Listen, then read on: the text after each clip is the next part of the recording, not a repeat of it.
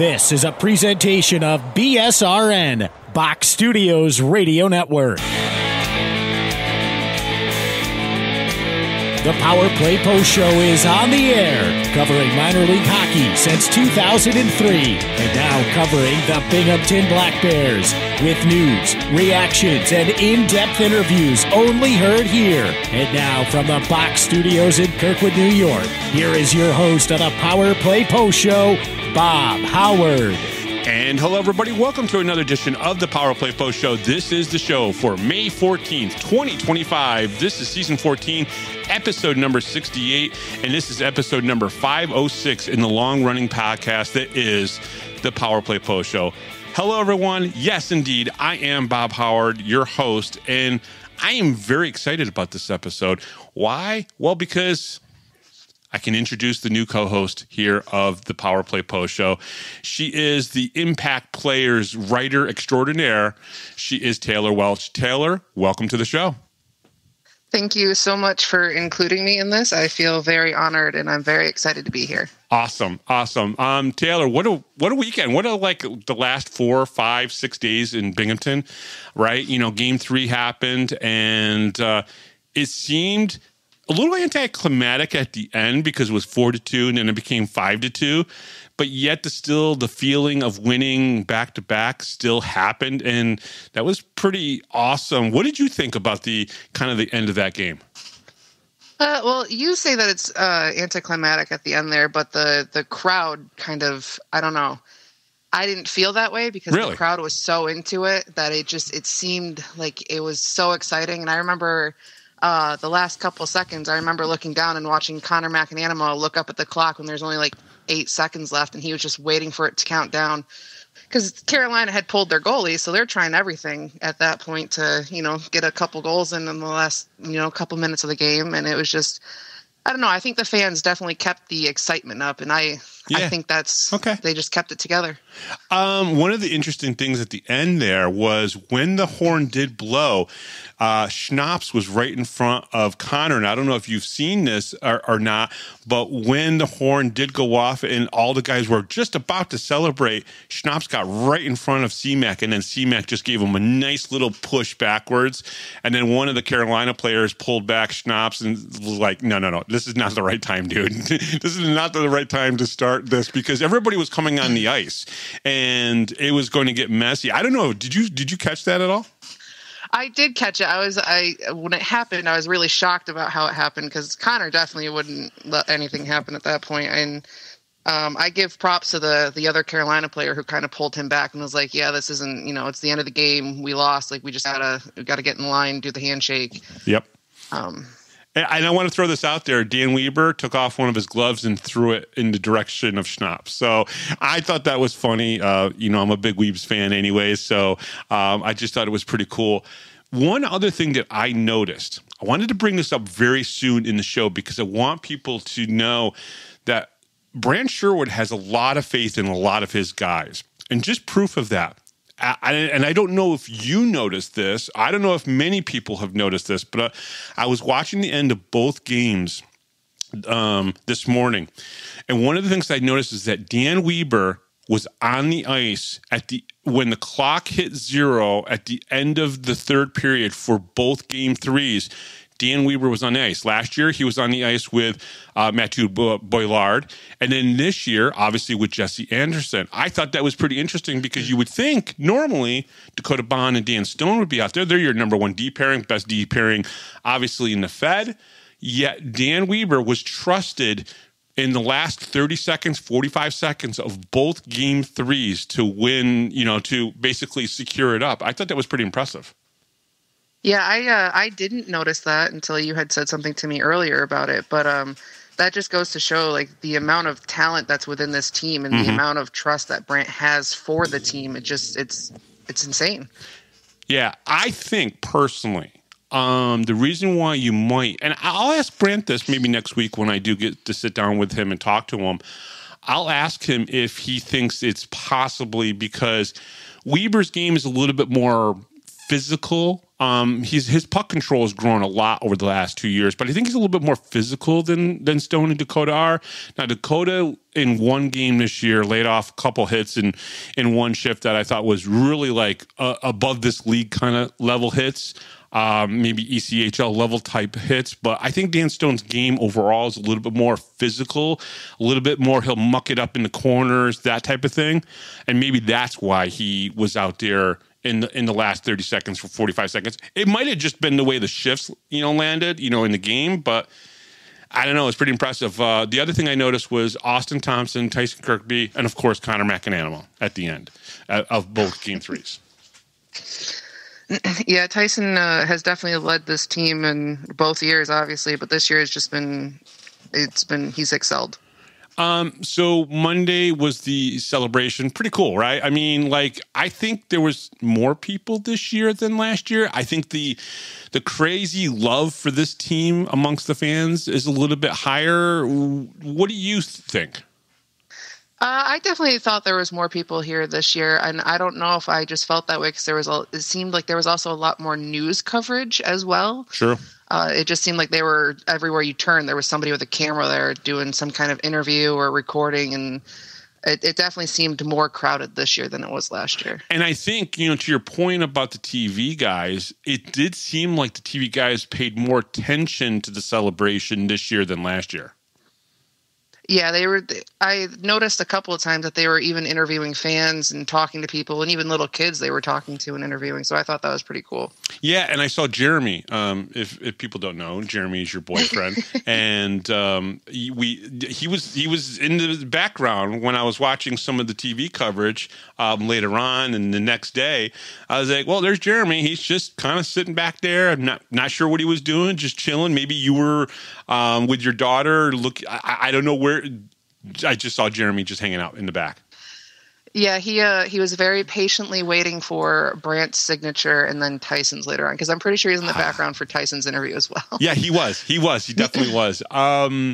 So who did he get? Did he just get Brant and Tyson, or he got a lot of guys, right? I think he got all of them. Wow.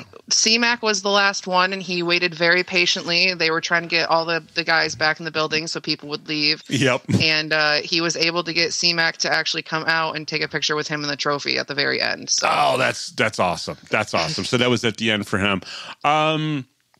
I was actually inside the building at that point trying to get Austin Thompson to do an interview, which everyone will hear in just a little bit.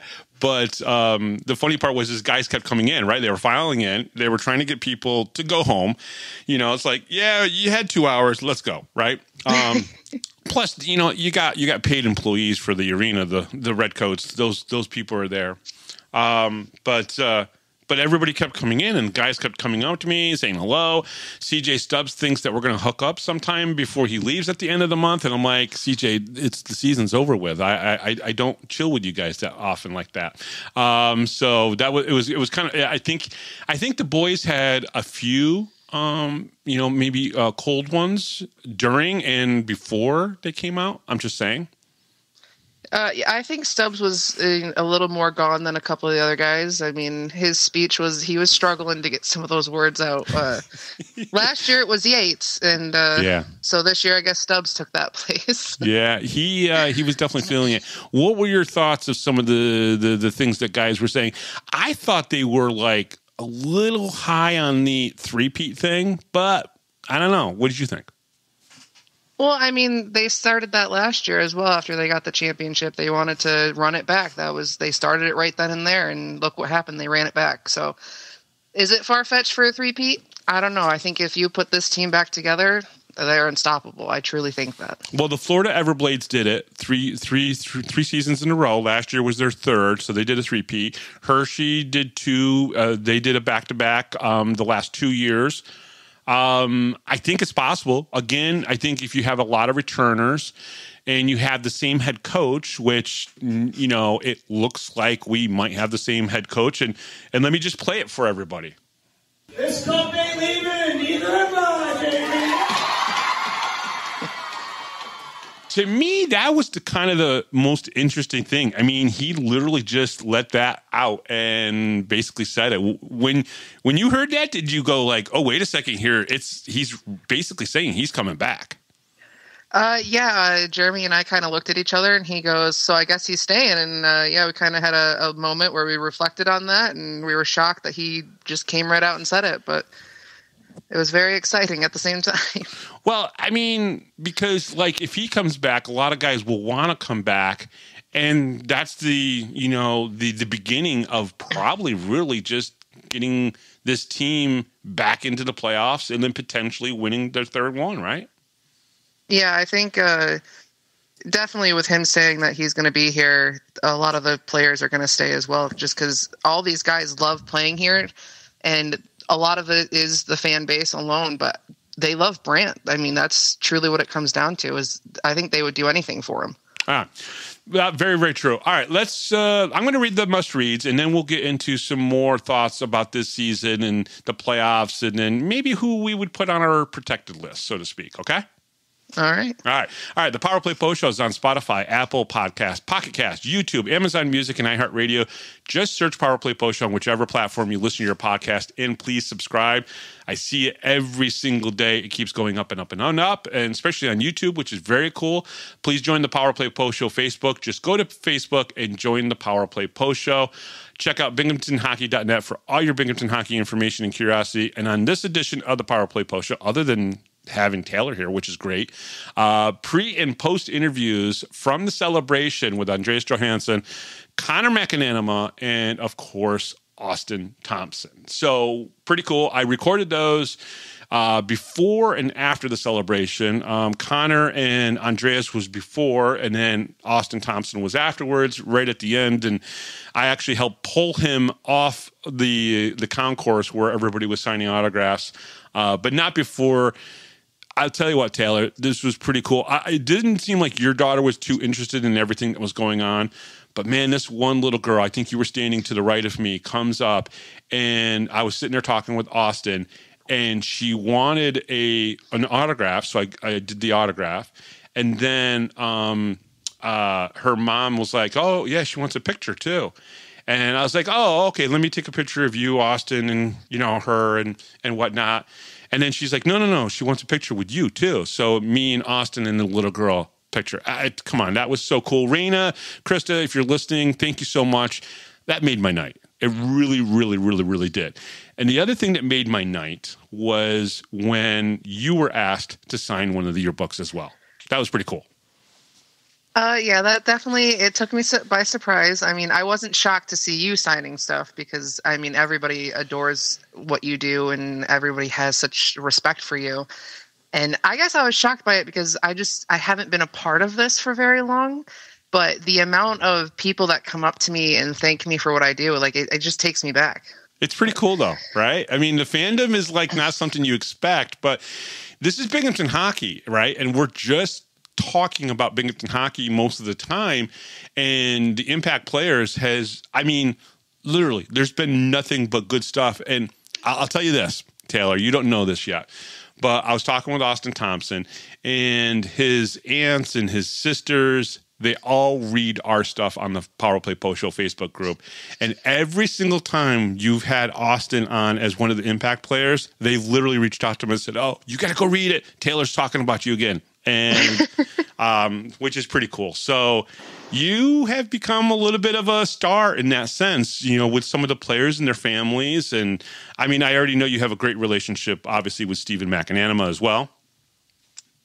He's definitely, I haven't met that many parents, but Steve, we connected last year and we've been like inseparable since. Yeah. And he's the reason why you're doing the Impact Players.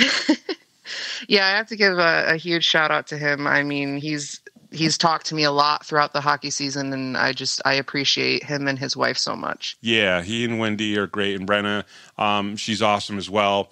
It's kind of funny to get to know some of these family members, right? Because there is certainly a community within them, and I talk about it with the Weebers and the McAnanamas. It's just really cool how special they've made me feel being a part of their circle. And I think you feel that with the McAnanamas. Oh, I definitely do. It's also fun to see like where certain players get their personality from. I mean, if you look at the Yep. Like two totally different personalities. And it's just, the Weebers are so much fun as well. I have not talked to them as much as I've talked with the McAnanamas, but I've talked to them. Last time I talked to the Weebers, I think, was the away game in Watertown. Oh, yeah.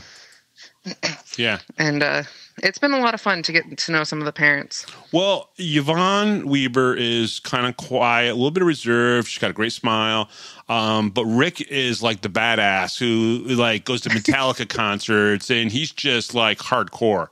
And sometimes he doesn't like the way I critique his son because I say nice things and he wants me to be critical and things of that nature. And it's like, well, you know, I got to balance getting these guys on the show and kind of being real with it, right? You know, but I think Dan, out of all the defensemen, has grown the most in 2 years.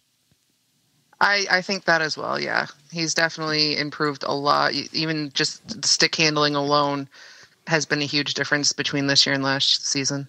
Taylor, give me your thoughts on the season as a whole, right? If you go back to, you know, the first game, Watertown, up in Watertown, they get the win, they squeak out a win.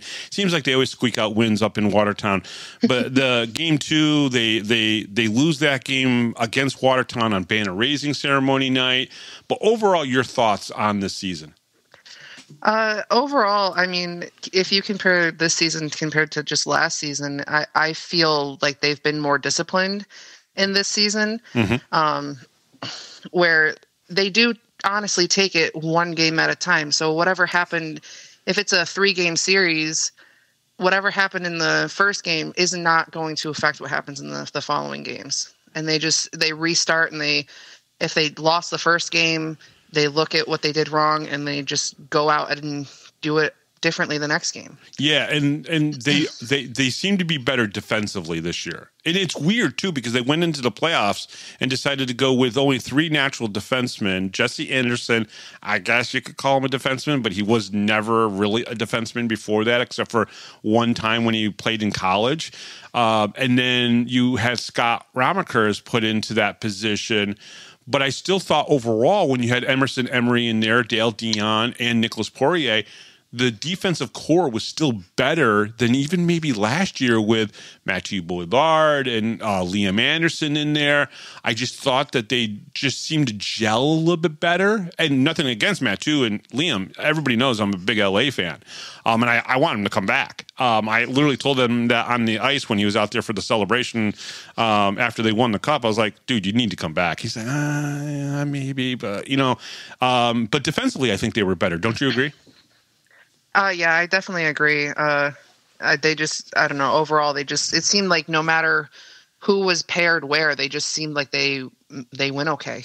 Yeah, because I think Dan Weber at one point was on the third pairing with Emery or Poirier, but then he eventually moved up with Jesse, and it just paired well. I just think him and Jesse pair well because Jesse can move the puck really well. Dan's puck moving skills are getting better, but he's really a really good physical, good back-checking type of defenseman.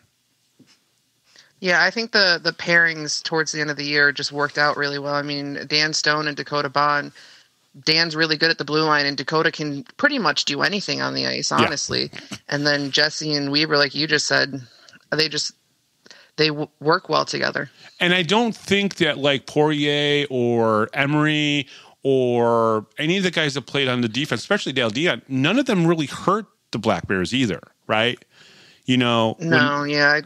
I don't think any of them did anything to hurt the team by any means. Yeah, well, of course, when you have 49 wins, 1 shootout loss, which was against Danbury, and 6 regulation losses, it's hard to kind of critique or complain, right? Like, yeah, sure, McAnanama had his worst loss, was an 8-6 loss. I think it was in Port Huron, but it's like, I mean, there's one of those, and that's it. Right, you can't expect to win them all is always what I say. But what was what did you think was the best game of the season?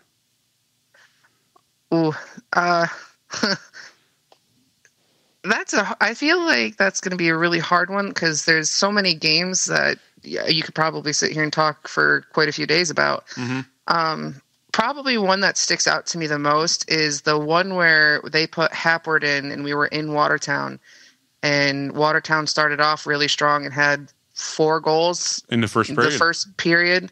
And then they kind of went in the locker room, and I don't know what was said in there, but they came out and they stopped Watertown after that, and Hapward got the win at the end.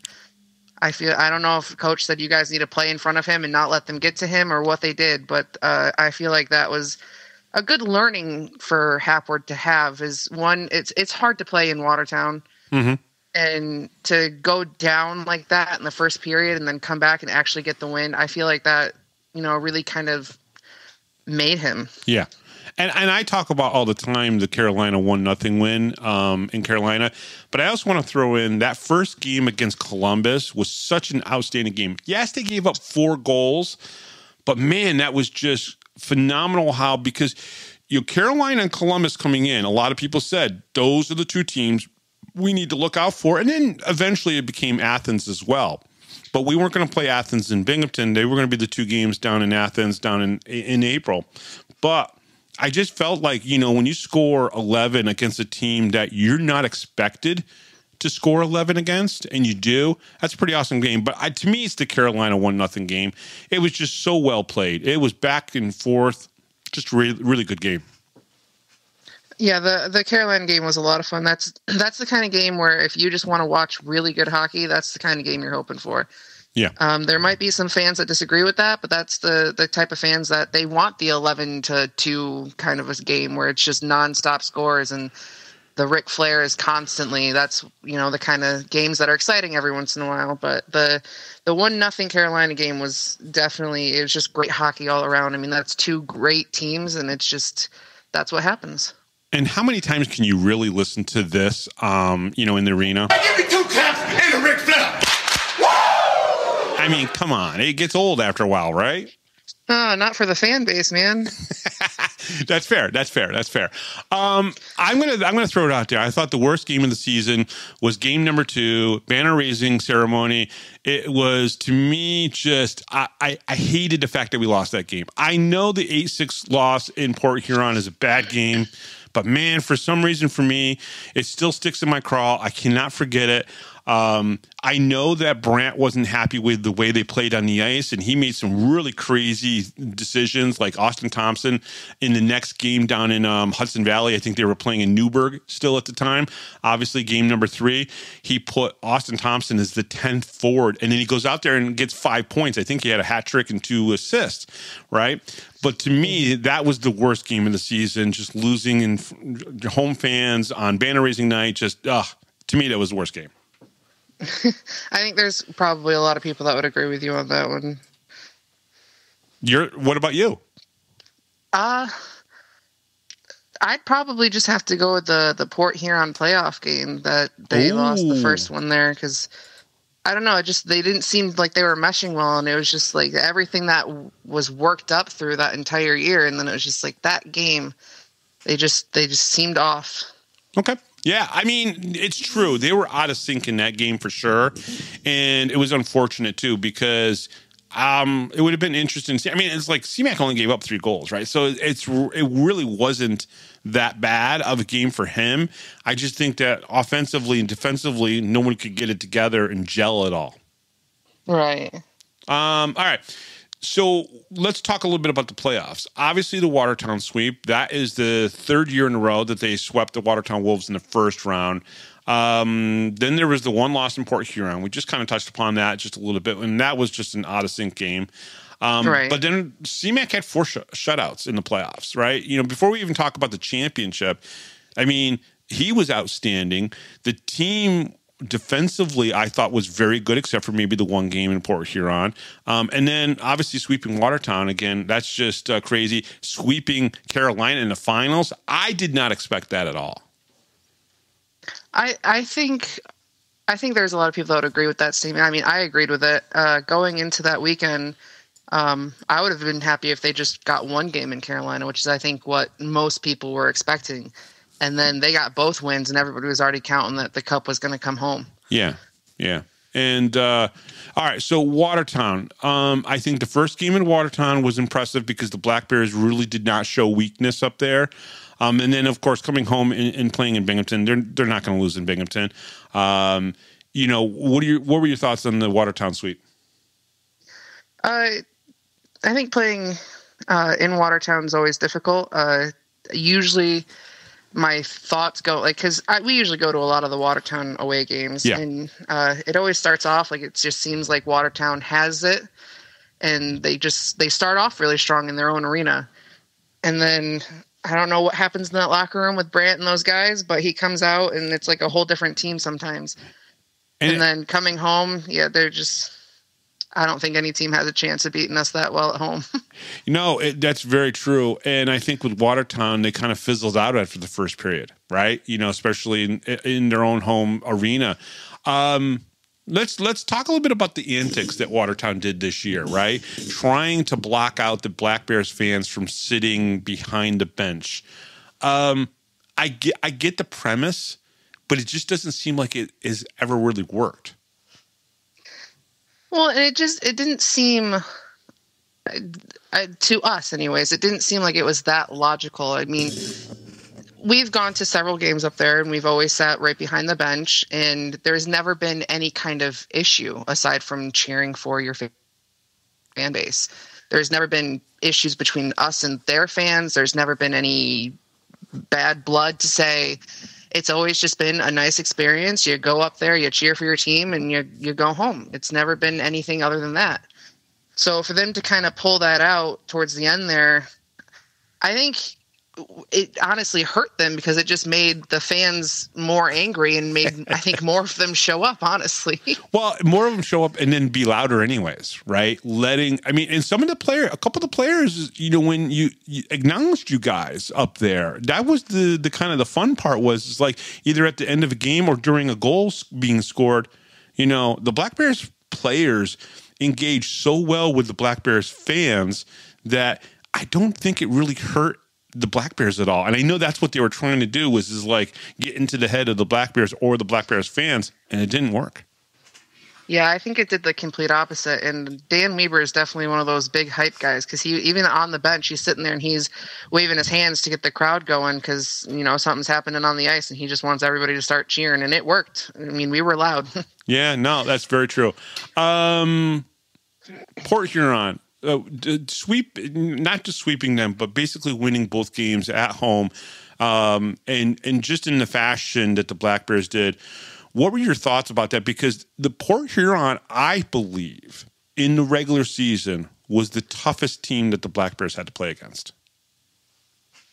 Yeah, I would agree with you on that statement. Just the physicality that the Prowlers play us against. I mean, It's kind of like us playing ourselves in that sense in the physicality part, where like teams like Carolina, they're very good at playing hockey and scoring goals, and we were able to stop that.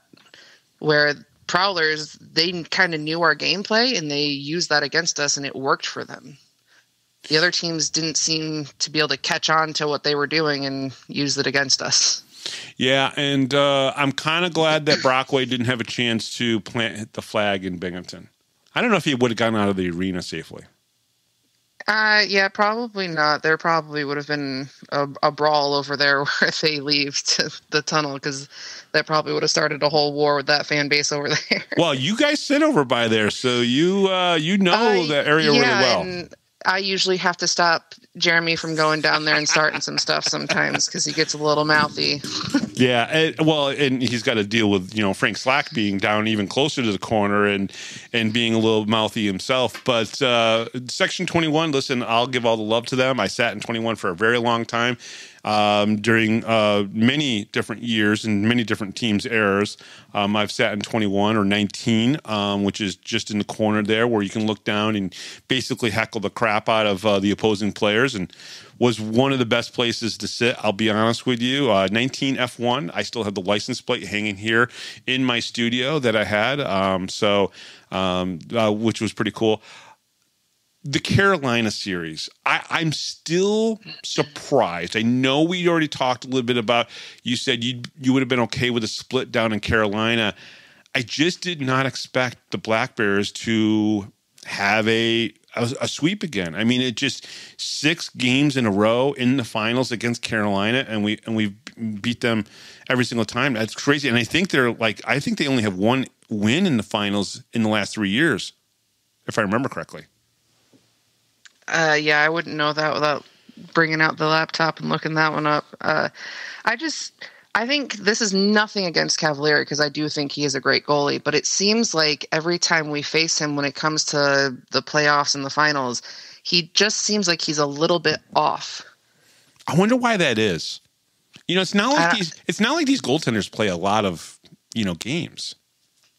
Yeah, something about, I don't know if it's just it's because it's the finals and it's it's now or never kind of a thing, and if that gets to him, if he just can't kind of shut it out kind of a thing. But even in Carolina, I mean, he played the first game and then they put Babbitt in, but he just seems a little bit off his game when it comes to the finals.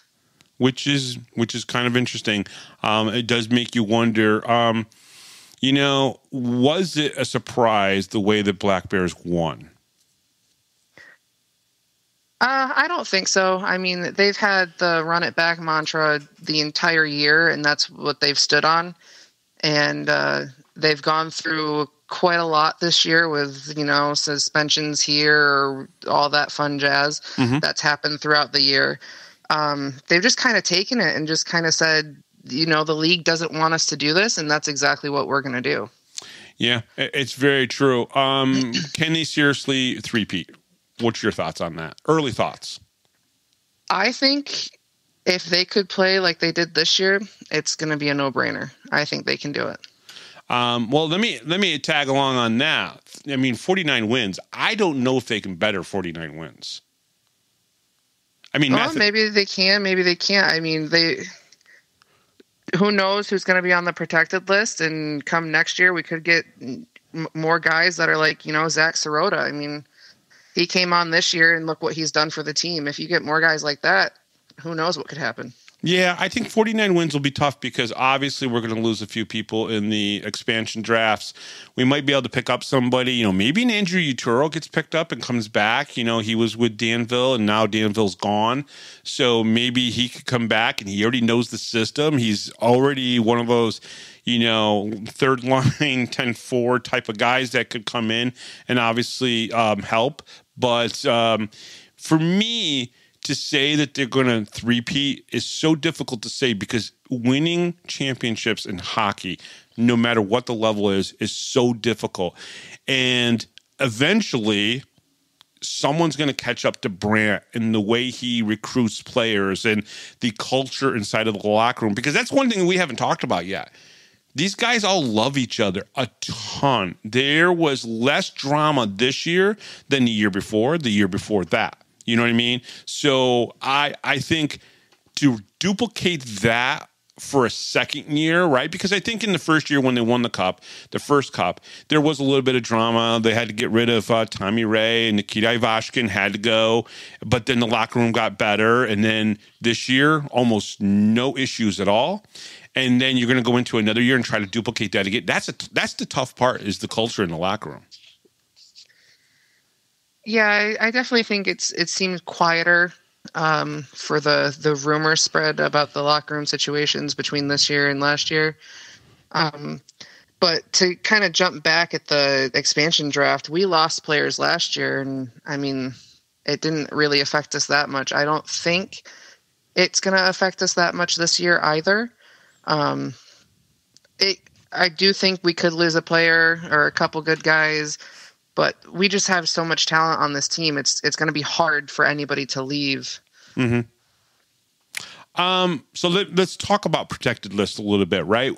Each team gets to protect 12 guys that can't be selected in the expansion draft.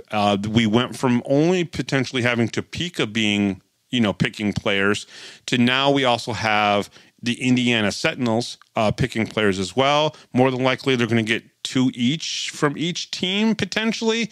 So that's 4 guys that could potentially be gone from the Black Bears. Is there somebody in particular that you feel Brandt has to protect no matter what, that you think this person is a core guy? And I'm not talking about Tyson. You know he's going to be on the list. You know Jesse Anderson will be on the list. And you know that Kyle Steffen, if he decides to come back, will be on the list. But is there a guy out there that you think Brant has to protect no matter what, because you think he'd be very integral in the way he plays?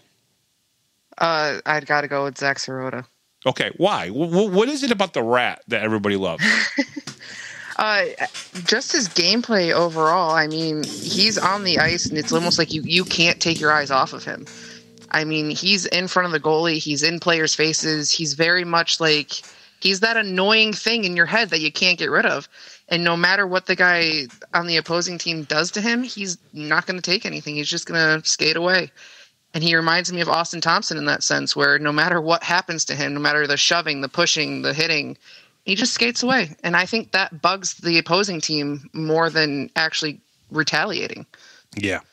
I think if I had to put somebody on the list that I would want to protect, it would probably be Cam Clark, because when Cam Clark was playing his best with the Black Bears, he made the third line and or the first line when he was playing up there when certain guys were out, and he fit in so perfectly. He's an energy guy just like Zach Sirota. And here's what I would love to see. I would love to see Zach Sirota on one side, Cam Clark on the other side, and really honestly, a guy like Chris Mott in the middle, and play that third line a lot. And I think truly you would have a line that would kill a lot of minutes for the Black Bears. But at the same time, we know that Zach Sirota, with his 12 goals in the regular season, Chris Mott had 14, I think, and Cam Clark had 19 or 20. I mean, come on. That's a third line that is just going to produce. Now, Cam Clark is a question mark because he could potentially get, a call up to the SP. So that would be interesting. But I think for me, the guy that I would almost want to see on that list, other than Zach Sirota, because I don't want to take your guy, is Chris Mott. Because he's such a good face-off guy. He's a good centerman that really, and let's be honest, when they got shut out in Port Huron, that next game, Cam Clark and Chris Mott were added to the lineup, and they went from 6 defensemen down to 5 defensemen. But they brought in an 11th forward, and Chris Mott and Cam Clark were inserted back into the games, and they didn't lose after that. Yeah, I think like Clark and Mott should be like you got to take both kind of a situation. Yeah, I think they work very well together. Mott is very good at reading certain things on the ice and he seems to be in the right place at the right time and can get the puck at the right place. Yeah. I agree with you there. I agree with you. Is there anybody else that you would like to see on the protected list that we haven't mentioned? I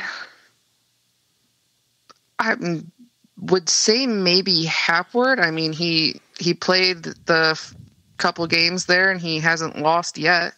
And the guys really seem to, play really well in front of him to kind of keep the amount of pucks coming towards him down. So you think Brant almost has to put 2 goaltenders on that list? I would say so. Right. C-Mac and Hapward. Yeah. That'll be very interesting to see how that plays out. Listen, the protected list doesn't always get released. So fans, yes, the Black Bears have released the protected list the last 3 years, but they don't have to. And we don't know if they're going to. I believe the expansion draft is next Wednesday, the 21st, or is it? Yeah, I think it's the 20th, and the 20. Yeah, I think it's the 21st, and then the 22nd is supposed to be the dispersal draft, which is when they're going to allow players to be picked up from the Motor City Rockers and the Dashers Hockey Club, because both of those teams are going away. The one thing we haven't talked about is the schedule. We obviously haven't seen the schedule yet, but are you a little bit afraid of us playing Watertown and Danbury 903 million times because of, obviously HC Venom going away and Motor City going away? Yes and no. I remember the previous years when we were in Danbury for that final game, there was a lot of issues between the fan bases. But I honestly enjoy going to Danbury. The crowd that sits right behind our bench, we've made friends with, and we sit right next to them, and we always have a great time down there. So I'm not worried about playing Danbury that many times. Yeah. We actually joked about buying season tickets for Danbury or Watertown, because then, they can't tell us we can't sit places. That's funny. That's true. That's true. I just feel like it gets a little boring playing Danbury. Like when we played them 18 times, that was just too much. To me, it was. But I get it. And I'm glad you had a good experience down in Danbury, because to me, when things kind of get crazy, if you're not one of those people that gets crazy, it's kind of fun to watch, right? Yeah, it's definitely a good time down there. It seems between, at least for me, between the fan bases, it's okay. It's the teams that go at each other on the ice, and then coach and Herm have their issues. But other than that, it's fun. Yeah, that's true. That's true. All right, we're going to take a break, and then we're going to come back with my interviews with Andreas, C-Mac, and Tomer, and then Taylor and I will talk to you guys on the flip side of that. So we'll be right back right after this. We're going to start off with Andreas Johannsson right here on the Power Play Post Show. Hi, this is Don Biggs from the 92-93 Binghamton Rangers. Hi, this is Brandon Buchinski. This is Grady Wittenberg, the voice of the Binghamton Senators, and you're listening to the Power Play Post Show.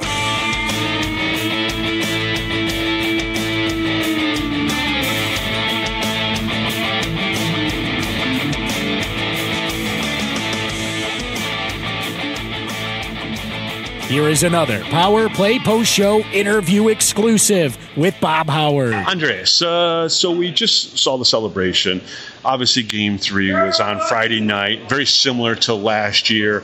Let's see here, 88 wins in the last 2 years, 2 championships, 2 sweeps in the finals. Can it get any better than this?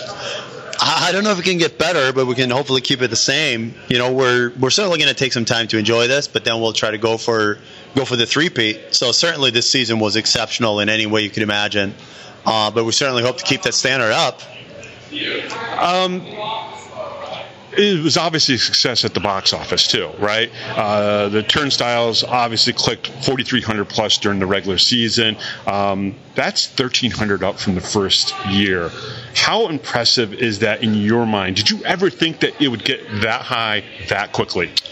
Well, no, I don't think in the first year, I don't think anybody could have imagined the way things started off, and kind of, we started in a COVID year and we just come in to replace an HL team. That was certainly tough, but I think we've just keep growing and growing, and could we have imagined it? I don't know. We certainly were hoping for it, but it could have gone either way, right? We didn't really know if fans were going to take to the product or not, but because the group of guys we have, we managed to get enough of an opportunity to get in there, and now it's just been a tremendous time. Even before Binghamton, you were a part of this league. No one has ever repeated in the league. This is the 15th season of the FPHL. Your thoughts on going back-to-back, something that hasn't been done. Very difficult thing to do in this league. Incredibly difficult. This league and minor league hockey anywhere, it changes year to year so dramatically that being able to do it, keeping the guys together and keeping the same standard, it's incredibly challenging. I think there's at any given point at least 4 or 5 teams that could win, and we knew we were going to be one of them, and we knew we were probably going to be the favorites. But being able to pull it off in the fashion that we did and being so dominant is a huge testament to, first of all, Coach Scherzy, but also the boys in the room. Just being able to, no matter what we're facing, we were just able to get right back up. So in every business world, you always try to get better, right? You try to do a little bit better than you did last year. If you can't better 49 wins and another championship without just mimicking it, because I think it'd be very difficult to go from an 851 winning percentage up to 900 winning percentage, but maybe so. What can you do in the back office side of things to maybe make this next season a little bit better if the on-ice product wins a championship again? Well, I think the most important thing for the back office is kind of the same as downstairs in the hockey side, is never get complacent. We got to keep working hard, because the last thing we want is the assumption to be that, the fans are always going to come because of the Black Bears, and they've been coming for years. We need to always keep working. I think we've done a really good job with anything from theme nights and special nights to just season ticket sales. The games where we haven't drawn on has usually been the weather's been too bad or there's been something else going on. So we just have to kind of keep working, make sure the schedule comes out and is really favorable for us if possible. And just we have to make sure there's something else to the product other than the team just being really, really good on the ice. Make sure that we're drawing the families we've been drawing. Make sure we're getting new fans out. Make sure we're still getting groups in and never become complacent where we're lucky we've gone from a position where we were a new team and nobody had heard of us to now all of a sudden where I think most people probably know who we are by now, but never, ever get lazy and complacent because a lot of teams do well and then they drop off. Yeah, ESPN this year, this year, Governor Hochul congratulated you guys on the Cup win. There is people haven't forgotten that there's hockey in Binghamton, New York. That's basically kind of where we're at right at the moment. Yeah, and I think everybody wants to be associated with a winner, right? And I think, we've shown that the culture here, both certainly on the ice, I don't think you can dispute it. We have a winning culture, but I think even off the ice, we try to do the right thing. We try to be a positive influence and a good role model and help the city and the community where we can. And I think tonight's just one of many testaments to that. The amount of fans that we have here tonight, the amount of fans that come out during the season. I think we're trying to be more than just a hockey club, and I think that's resonating with everyone. And we need to keep building on that. I know just from having personal conversations with Brent Sherwood, 95% chance he's coming back. It's just a matter of the two of you working out a deal. How much of your checkbook do you have to open up to get someone who has now won twice in a row, built such a great team to come back? It's a tough question, I know. No numbers. You don't have to tell me that, but you understand what I'm saying. Well, we had a good conversation today, and I think we're both very reasonable. We understand that, Brant certainly would have options, and we also know that Brant loves being here. So I don't think it's going to be a tense negotiation at all. I think. Do I need to mediate this at all? Oh, you're welcome. Yeah, I think there'll come a point where Scherzi gets an offer to maybe be a head coach in the ECHL or an assistant in the AHL, and I would encourage him to jump on that. But I don't think the SPHL is something that he considers really in his future. I think he loves being here. I think he has a great setup with the players that he has at his disposal and certainly the culture that he's been a huge part of building here. And he also knows that when he works with me, I'm not interfering in his job, and I think he likes that because not every place is like that. So we love Scherzi. I mean, he's been such a huge influence in this hockey club, and we're very confident we'll get him back without taking anything for granted. Let's take a few minutes and talk about the future of the league. Obviously, the HC Venom have moved down to Florence, South Carolina, to be the PD Ice Cats. Let's see here. Motor City has gone dormant. Travel is going to probably be a little bit a bigger story in the schedule this year for the Black Bears. Are you guys prepared or preparing for potentially a little bit more travel? Yeah, we're probably going to have, I think it's going to be inevitable, like you said, with the team no longer being in Poughkeepsie, and there's only so many trips we want to take to Watertown and certainly to Danbury. So wait, you guys don't want to play in Danbury? No, we don't mind. I mean, we've been getting points, right? But there might be other things there that cause us problems. So we're certainly planning to be on the road a little more next year. A little more variety in the schedule might be a good thing. I think this year was pretty good. We'll probably end up going, I'm guessing, to Port Huron a little more. Ironically, maybe to the Blue Ridge. We might have to go there a little more. We'll see how that turns out. That's fun. That's turned into a little bit of an interesting rivalry, right? Because there's, personal connection between Brant and their head coach, and obviously Jimmy Micklin was here for the first year. So there's a little bit of built-in, oh man, it could be. So playing them a few more times could make it a fun rivalry. It could, yeah. I mean, I think the rivalry was, probably more so on their side. I mean, we were going down there already having won the division. So for us, it was just another weekend of going on the road. But obviously they didn't see it that way. And then with everything that happened, I mean, unfortunately, I think that's going to bring a little more fuel to it. I don't think necessarily what happened was good or certainly wasn't handled the way that we would have liked it to be handled, but that's water under the bridge. Sure. But certainly there'll definitely be an interesting rivalry there if we end up playing them more. What about a Northeast team? Is there a place that the league has sensed that they could potentially put another team to kind of help increase the pot a little bit for the help of not just Binghamton, but Watertown and Danbury as well? Well, the problem with the Northeast is you really don't have a lot of venues. Mm-hmm. I mean, you could, one that keeps coming up, and I've had meetings with them in the past is Albany, but they're private too big of an arena, though, right? Unless you're not considering the actual the old Pepsi arena. Well, and they're privately owned arena, right? Yeah. They have a lacrosse team. I think they have a football team or soccer team or whatever they have. And they're college. So we wouldn't have our own locker room, and the costs were significantly higher. And Albany brings a different set of challenges than what Binghamton does. So I don't think that's a viable one. Other than that, like Manchester, New Hampshire, same thing. They don't need a hockey team there. They have enough going on without it. So and it's a 10,000 seat arena, and it's tough to justify the cost. We're right where you want to be. Like, yes, could we use another 1,000 seats sometimes? Maybe, but then again, when we have 3,000 in here, we're still doing well. So to answer your question, I would love to see more Northeast teams, but I think only way that happens would be if there was somehow a team that maybe moved from the coast or from elsewhere to join us. Otherwise, I don't really see how it would happen. Coach, I'm sorry, Andreas. I'll cut that out. What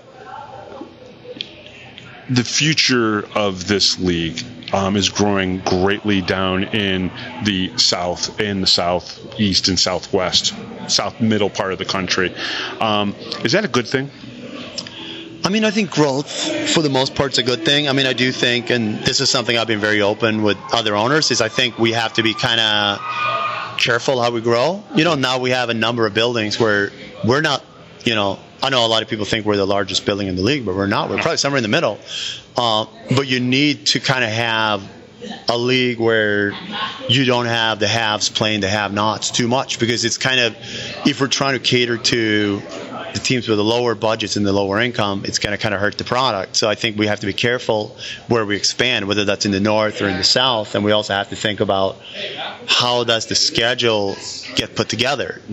Are we able to make it where we can play most of the opponents, or is it going to be just based on a pod system where even though you might have 14 teams, you're only playing 4 or 5? So I think there's a lot of careful planning needs to be put into it, and I think maybe a little more thinking around, do we want to grow at any cost, or do we want to be more selective in what we do, and what other opportunities do we have at getting into bigger markets? But that's a bigger question. But I like growth, but I think we have to be also careful how we do it so we don't water down the product, and that anybody that comes in owning a team can't go through what Pat Manning did.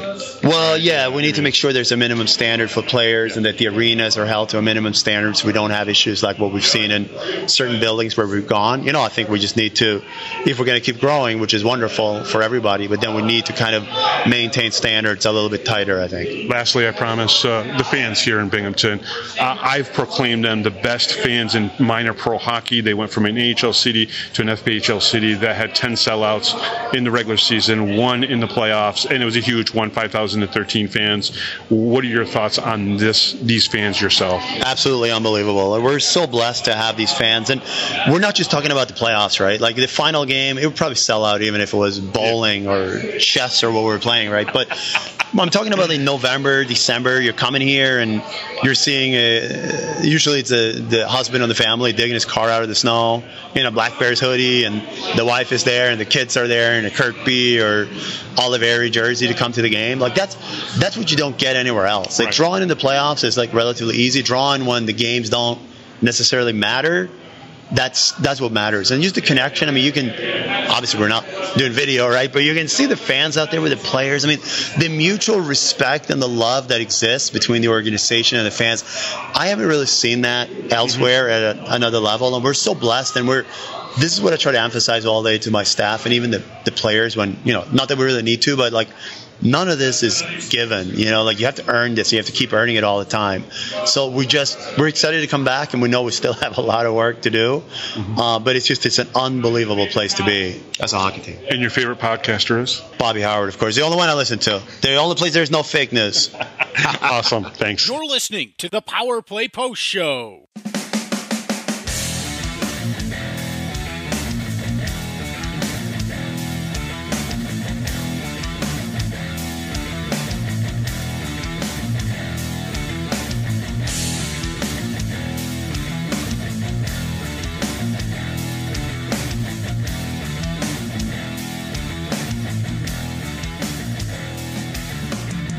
Here is another Power Play Post Show interview exclusive with Bob Howard. Connor, obviously the game on Friday night, maybe a little anticlimactic, winning 5-2, but still pretty exciting down at the end, the last 4 or 5 minutes. Carolina was pressuring. What were your thoughts? You're the one guy that's out there the whole damn time. No shift change for you. What were your thoughts those last 5 minutes? Just keep the puck out of the net, right? That's kind of the only thought going through my head most of the time out there. But yeah, you know, when the boys give you a 2 and then it turns into a 3-goal lead, unfortunately, you're always going to feel a little comfortable with 5 minutes left, which obviously isn't the way you want to lean. But it was nice kind of just knowing it was going to happen, and you just got to lock it in for 5 more minutes, and then you get what you came for. Everything you worked for in the off season, everything you worked for all season. It's 5 minutes away. So yeah, it's a good feeling to feel comfortable at that moment. And as soon as the horn blows and you kind of get gang tackled a little bit, your thoughts on that? I think someone flipped last year. I know it was Tyson that flipped over the net. Not sure who it was this year, but you kind of get gang tackled. What is that feeling like? Can you describe that to the fans? It's just I'm trying to think. It's just like one of those moments where you just kind of black out. Everyone's just screaming and yelling, and then once the pile kind of gets away, you're like, holy crap, I'm so gassed right now from screaming and yelling the whole game and everything. And I remember I was like, I need some water right now. I'm just tired, and you get like a rush of it's finally over, like you did what you came to do. And it was, it's a blur when it happens in the moment. I always like to go back and watch it all happen and kind of remind myself how it all went. One of the things that I noticed is that you kind of got out of the scrum pretty quickly during the celebration. You went and hugged Brant Sherwood. Yeah. Talk a little bit about your relationship with Brant Sherwood, because it seems like you guys are a lot closer than maybe we would all know from being on the outside. Yeah, I mean, obviously me and Sherwood are pretty close, but I remember my first call with Sherwood. I was set up through one of our friends through a hockey clinic that we both coached at, and he shot him a text. I think I got a call an hour and a half later. Sherwood was like, "Hey, I looked at your EP. My buddy said he likes you. We'll give you a shot."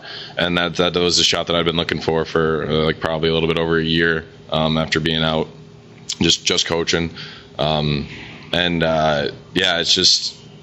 No, it kind of happened to me everywhere I played, U18, NCDC. It was, you'll probably be the backup, we'll give you a chance, that kind of thing. And then eventually I come in and, do a good job, I guess, as a lack of a better term there. But yeah, I never forget anyone that ever gives me a chance to excel, or just to help them excel in a way too. I feel like I've taken advantage of the opportunities that I've been given throughout my career, and Sherwood's a huge stepping stone in that. Obviously, we wouldn't be here today talking if it wasn't for him. So I think I don't know. It's weird to talk about, because I have a little more. I think when it first happened, I don't think he understood what I meant when I was like, hey, I really appreciate this opportunity you're giving me. He's like, yeah, of course, I just signed you, that's all I did. But to me and my family and everything, I know it meant a whole lot more. Yeah, I was going to ask you, tailor into family, because guys will go play pro, and that's usually when the family stops having to support the player. But it doesn't seem like that, especially with this team with a lot of the players. But specifically, I've gotten close with your dad, obviously, as you know, and as probably some of the fans know as well.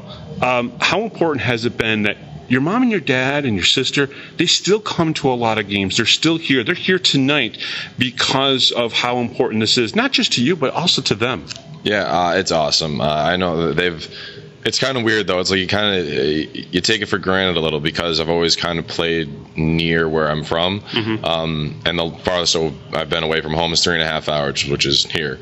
So they're always there. I get to see them, obviously, every couple of weekends normally. And then I go home for the summer, and I still see them then, too. So it's it's a different kind of dynamic because I get to see them all the time, but obviously it's a pleasure when they get to show up and I get to perform in front of them and see the smile on their face after games. Are you a little surprised that your dad has also kind of like, he's like a Binghamton Black Bears fan as well. I mean, he's kind of like really like popular amongst all the fans. Does that kind of surprise you a little bit, or is that just the way he's kind of always been when it comes to the teams that you've been on? Yeah, I think part of my hockey knowledge and how I handle and talk about things comes a lot from him. I know, like, he always tells me that he's my biggest critic in a way. He is your biggest critic. I will tell you that right now. Yeah, I know. And he makes sure that I knows that too. But it's never in like a way where it's pissing me off. We normally agree and are on the same page with that kind of thing. And I think that he does a good job of looking at things from both sides. Sure.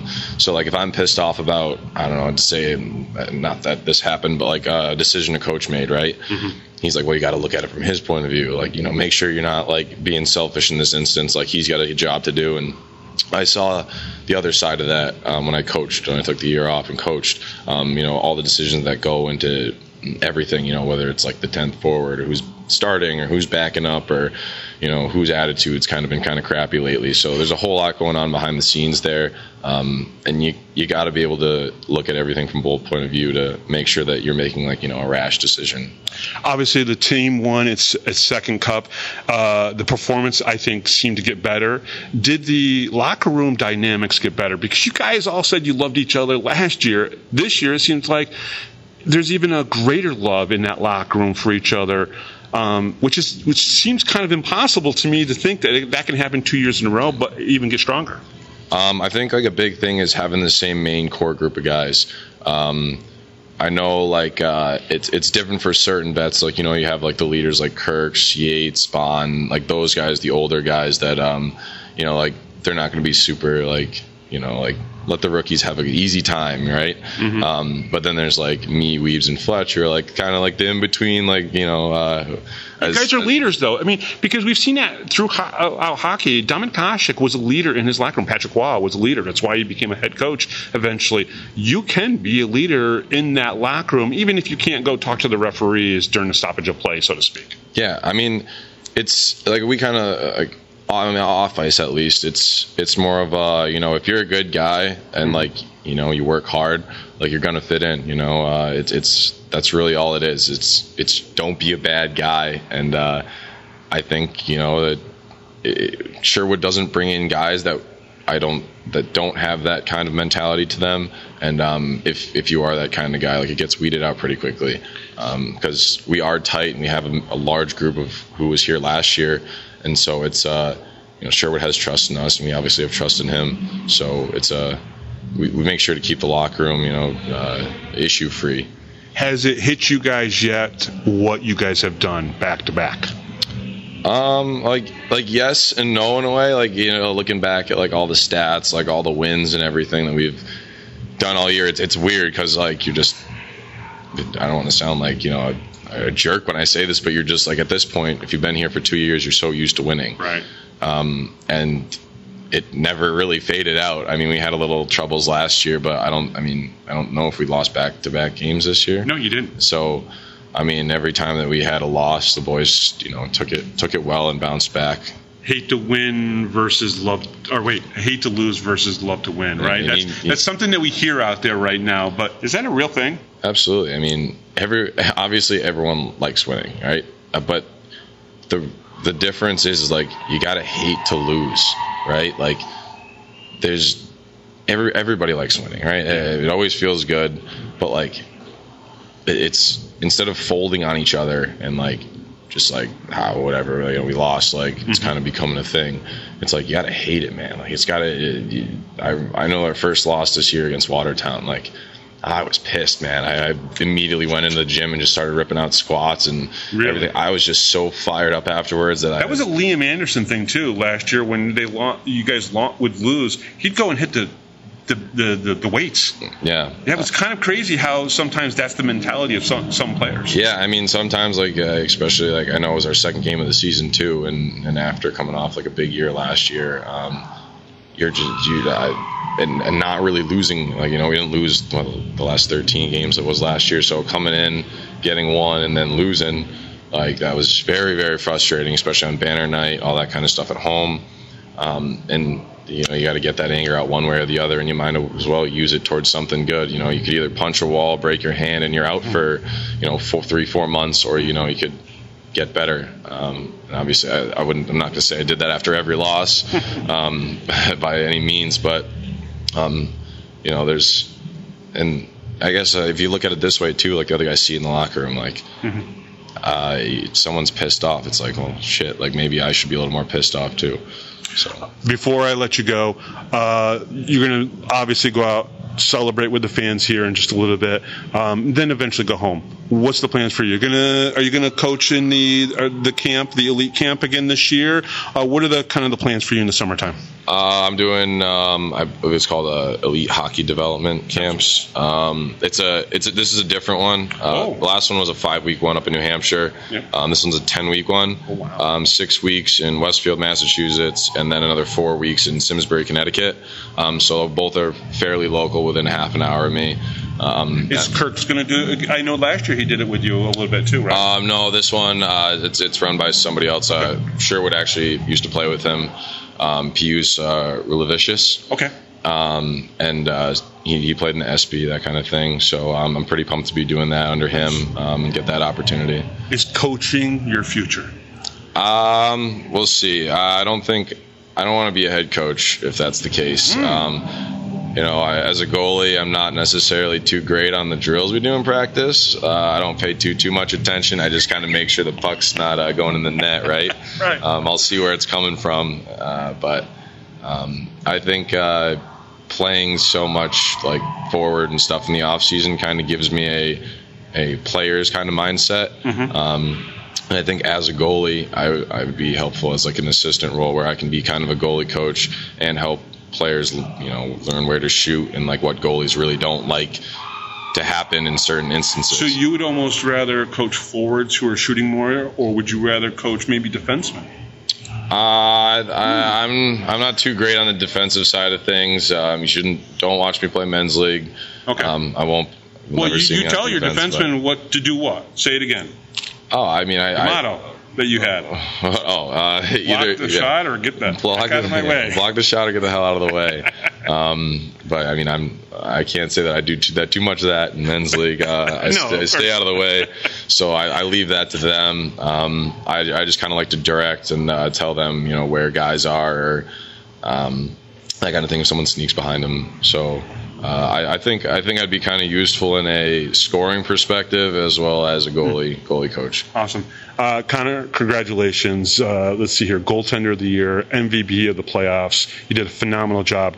Thank you very much. Thank you very much. It's been a good year.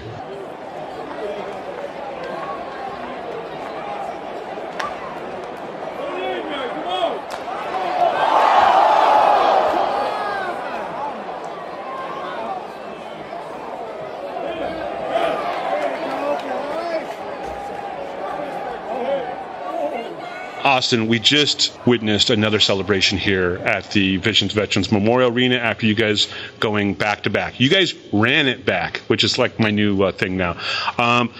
Talk about what you're thinking and feeling right now after winning 2 championships. It's finally setting in. Like I said, Friday after the game, it felt like I had to play another day, which luckily we didn't have to. I mean, winning once is amazing. Winning back-to-back years is just incredible and something that no one ever dreams of doing. And now that it finally happened and it's setting in, it's just the fans here are amazing, and we're just glad to do it for them. And it seemed like there was even more people this year out there to congratulate you guys than the year before. To me, that's kind of crazy to think that even more fans wanted to come see you guys. Hey, people love seeing games that we win, and when you win 50-plus games and the whole year, and obviously more fans, more friends, they come out, watch our games, and when lose one playoff game all season or whatever, and we one playoff game in 2 years, that's just something that's unheard of. Usually teams battle through worse and maybe go down more than what they should have, and No, the people in the city are amazing, and we love every one of them. How was the growth for you this year? How would you grade your growth coming into this offseason? You 20 more points, I think it was, at least 20 more points than the previous 2 seasons. You've had a pretty good year. Well, I like to say I'm a 40-goal scorer. If it wasn't for that game in Motor City that the refs just were blind and said it was a no goal, they kind of shafted me on that one. But just credit to my line mates, Kirks, Ollie, now Stubbs. Yeah. What was that like changing? Players. What was that like changing? Because you guys had Ollie for a bunch of the season, 3/4 of the season, and then Stubbsy comes up there, and both have a lot of experience, good shot, smart on the ice. Was it an easy transition?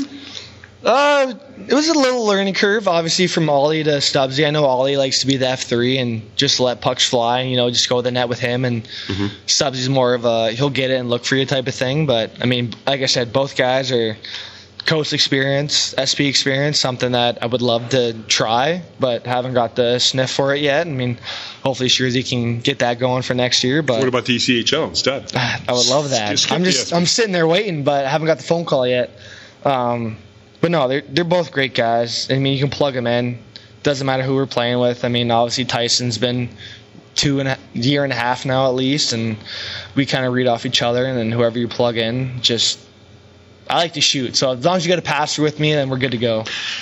Which Stubbs is a very good passer, and Tyson knows when to dish it off to someone like you. Let's talk about next year. I know it's weird to talk about next year, but you guys brought it up a lot out there in the celebration. Is it really remotely possible to think about a three-peat? Last year, if you asked us this question and asked for the back-to-back, we'd probably say, it's not possible, but we ran it back. And now with the three-peat, it's, teams are getting better. This playoffs, Port gave us a run for it. Yeah. That was would have loved to see Danbury in the second round, but we got Port, and obviously home ice advantage means a lot because they're just good at their barn, and we're obviously great at ours. And you can't really say much. You don't know what's coming on next year with what guys are returning, what guys are going to retire, who's getting a call-up next year. But I think with the core that we might have coming back next year, it could be a possibility. Yeah. The summertime for you, how much of a break are you going to give your body to heal? My body would love to say a lot, but deep down I know I'm here to the end of the month. There's obviously some bumps and bruises that need to heal up. Obviously see the team doctors about it, see what I need to do over the summer, and then trainer back home understands it because we got guys that played in the A and the TJ Brody who plays for Chicago.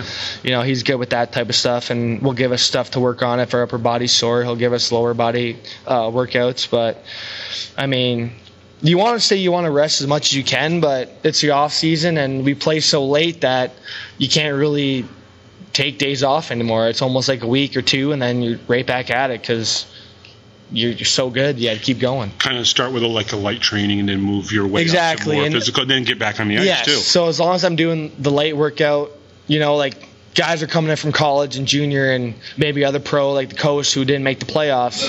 They've been there for a month and I'm just starting to come in now. And it's all right, I feel like I'm a month behind. Meanwhile, I played a month longer than them and I got more bumps than them because I played longer. And I just try to find that middle ground where I'm not hurting myself, but I'm also stretching out the muscles enough to bring it back for next year. Any plans for the summer for something fun to do? Yeah, for my birthday, Trips. My girlfriend and I usually try to do a baseball game for August the 7th. Last year we went to the Blue Jays game with Tyson and Morgan. Nice. This year we're trying to, because he's staying in town, same with Ando, we're trying to do a Phillies game where they play the Braves because Tyson's a Braves fan and, we got to accommodate the Kirkby. So we're trying to plan that out. And with got to keep the captain happy. Yeah, right? You got to keep him happy so I don't hear him complaining, chews my ear out all the time. It's just annoying, that little high-pitched squeal.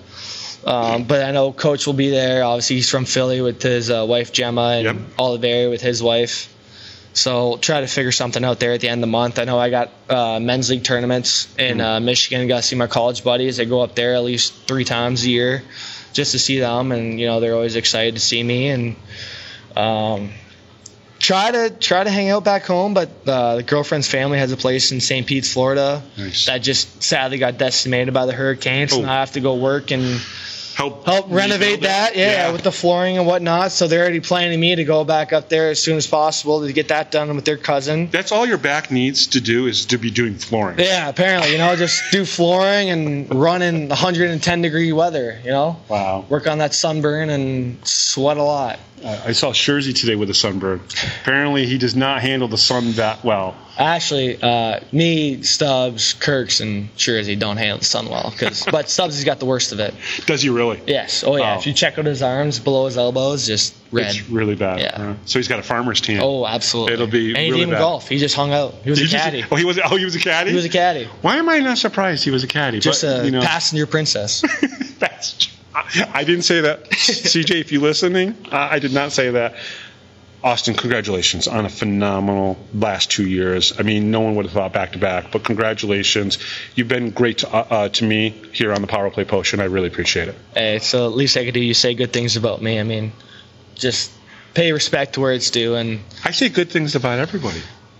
Yeah, but, I stick for my own, and it's all right. It's it's just been a pleasure, and obviously, hopefully next year come back again, and a 3-peat would be amazing. It would.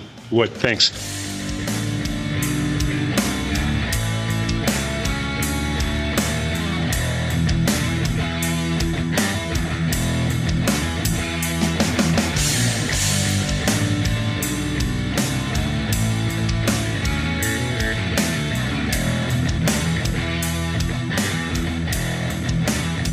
If you're a Binghamton hockey fan, then you need to check out binghamtonhockey.net for all your news, stats, information, the Binghamton Hockey Hall of Fame, top 10 lists, profiles, and so much more. That's binghamtonhockey.net.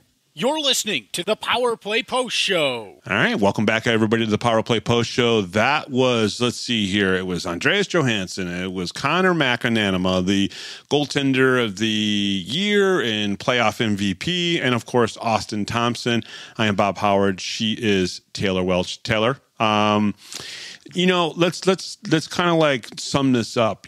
These last 7 days, technically, I guess, as people were anticipating game three happens, they win the championship, big celebration on the ice. A lot of people were there. You and Jeremy were on the ice as well, which was kind of nice. Obviously, then the celebration happened. And then kind of like I say for me as a hockey fan, rabid hockey fan, I think you and Jeremy understand this a little bit. It's like this, you're on this high when you've done what we've done the last 2 years, and then all of a sudden Tuesday comes around and you're like, oh crap, I got to go back to real life now. Being able to go out on the ice was definitely a privilege, and we both felt very out of place because it's just like all these families and the players were coming out, and it was a very intimate moment that we were both very excited to be a part of. We kind of got snuck out there, but I'll leave that to myself. There's some really important people that will listen to this. Kind of talking about it, the fan base they keep talking, and it's to the point where they don't want to stop, and they just they're talking about hanging out during the summer. That's just how strong this fan base is. Yeah, I've talked about it, and Kyle Steffen said during the celebration, and I think he's heard me say this is the best fan base in minor pro hockey. And I always say the reason why is because we went from the AHL to the Fed, had 3,000 fans the first year, and now are averaging 4,300 fans. There is no team in minor pro hockey in the last 4 years that have improved their attendance that much, going from 3,000 to 4,300 fans on average. It's not happened in the last 10 years, probably even in the last 15 years. Those kind of numbers, that increase has not happened. And a big part of that, Taylor, is because of how much the players engage with the fans. Would you agree? I would definitely agree. The engagement alone, it's just something that the fans feed off of. They absolutely love being able to talk to them, and the hangouts, the things that the fans do, and just all around. It seriously is like one giant family. You know, Taylor, I didn't ask you. One of the coolest things all year for the Black Bears is the jersey auctions, right? And you have kept some of the totals. It's one of the things that you've kind of like just done. It's probably the clipboard in you, right? The clipboard thing in you, you know, from the jobs that you've done in real life and everything, writing stuff down. Has there been one of the jersey auctions and dollar amounts that have kind of surprised you a little bit?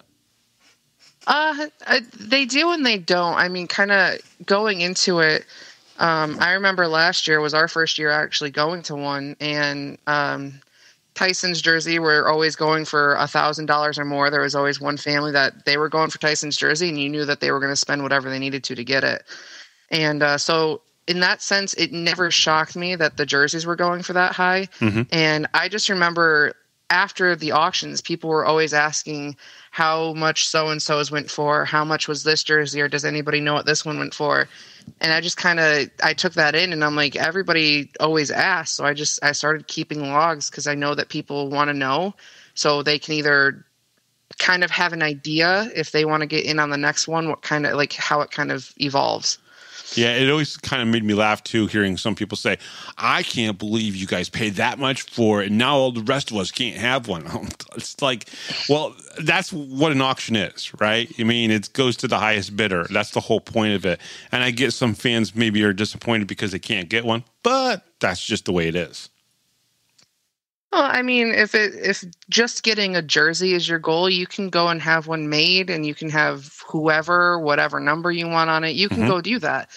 But the point of the game worn jerseys is people want them because they're game worn for one. They like to go and interact with the players, and most of the time they're going for really good causes. Yeah.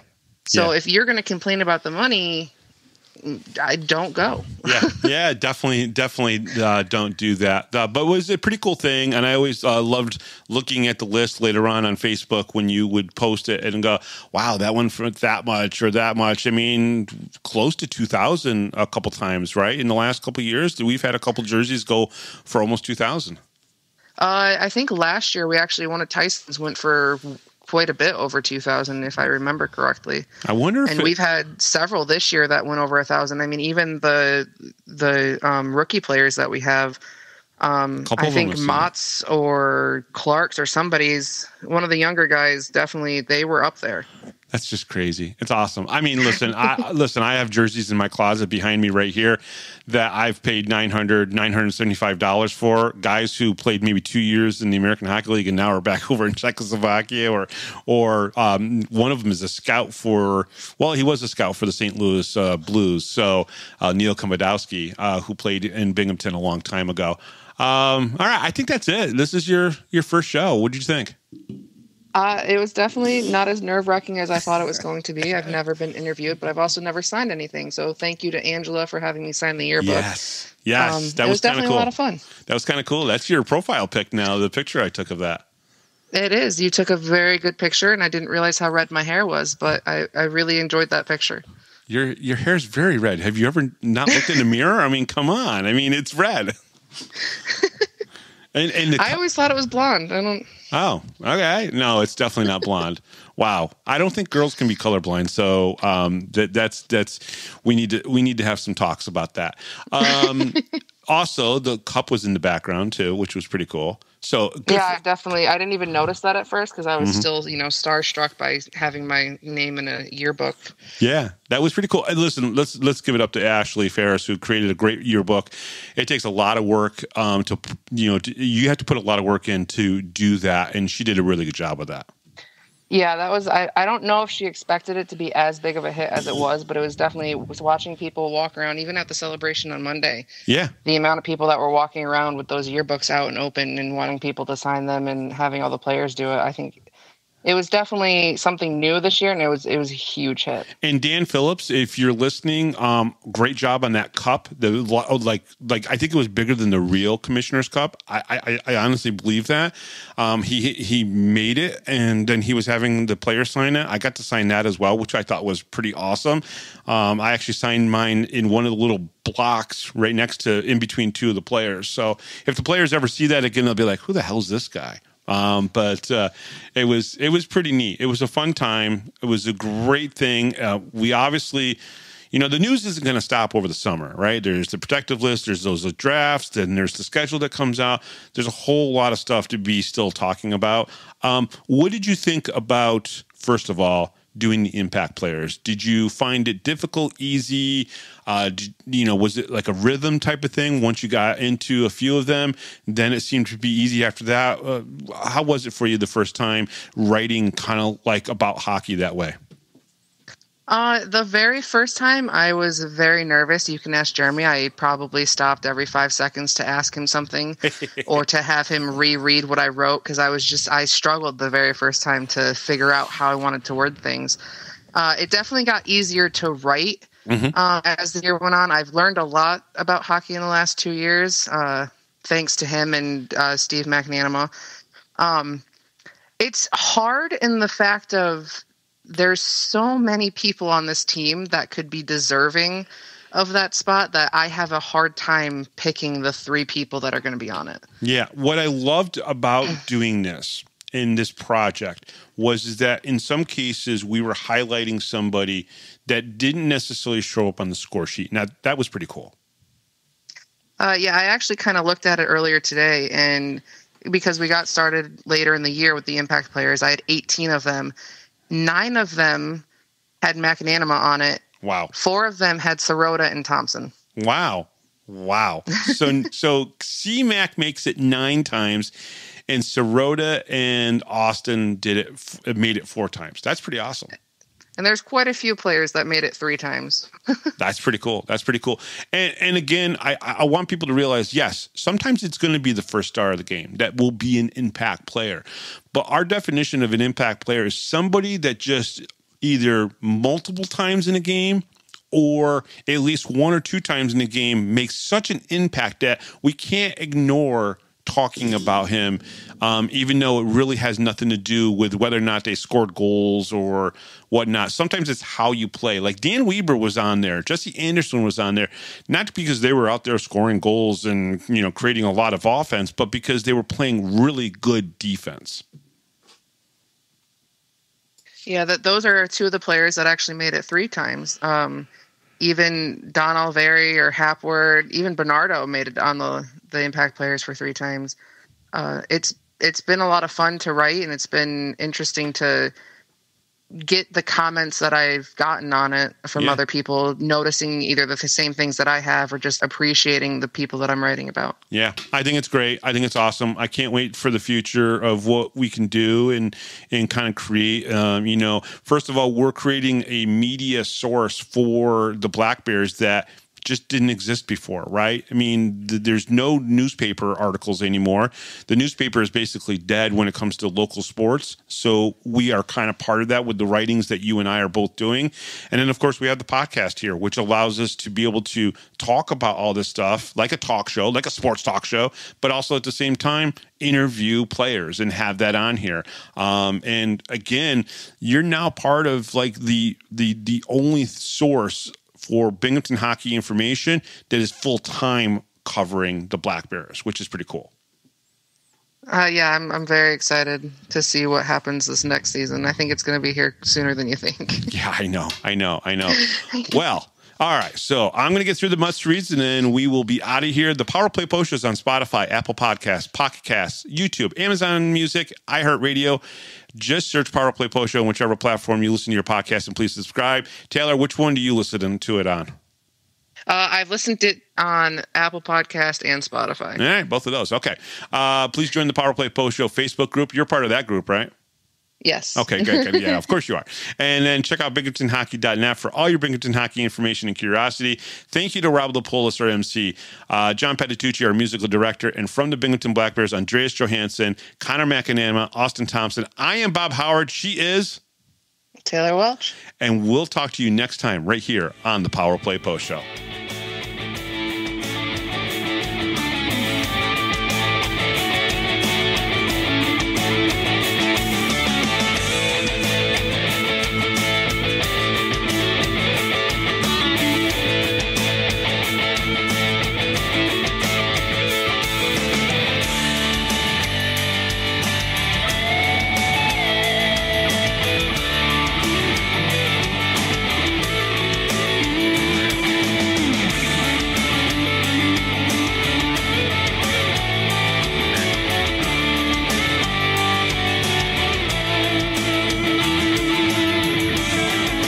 Thanks for listening to this edition of the Power Play Post Show. Be sure to tune in next week to the Box Studios Radio Network for all the latest Black Bears news and interviews from around minor league hockey. The Power Play Post Show would like to thank John Patitucci for all the music you hear on the show. You've been listening to the Power Play Post Show.